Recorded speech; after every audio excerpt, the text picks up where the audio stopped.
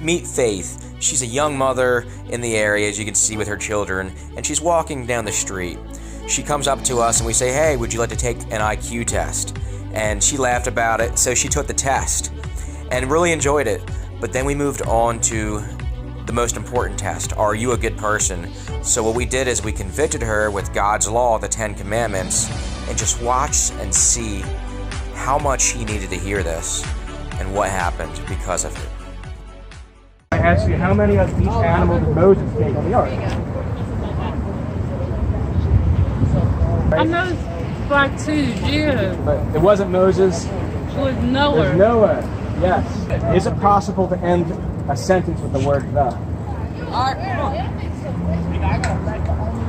Wait, I just did. What do cows drink? milk.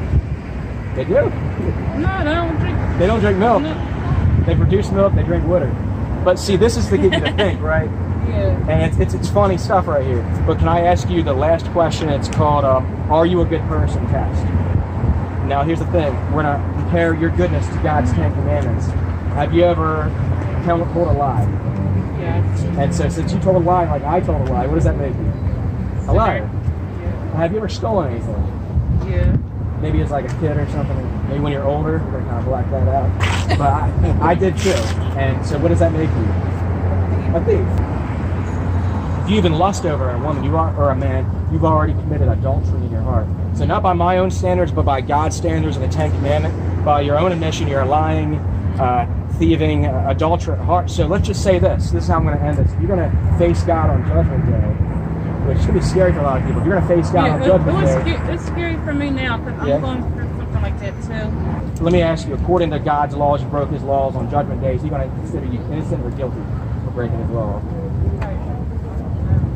Like, let's use this analogy. Let's say you go into a courtroom, right, and you stole something. You think the judge is going to let you off because, "Hey, judge, I'm a good person." But how much greater of a better person is God, right? So he's a holy God, and he won't stand for anybody sinning. So according to God's standards, he's in heaven or hell right now. Hell.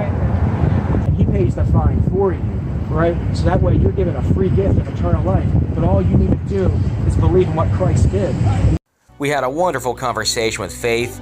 Afterwards, she came over to us, as you can see right now, and she started tearing up a little bit and said, "Can I have some prayer? I'm going through things and I'm actually really scared about what happens to me after I die." So we spoke to her about the things of God, and we let her know that she's not saved by keeping the law. She's not saved by being a good person. She is saved by grace through faith alone in Jesus Christ and what he did on that cross.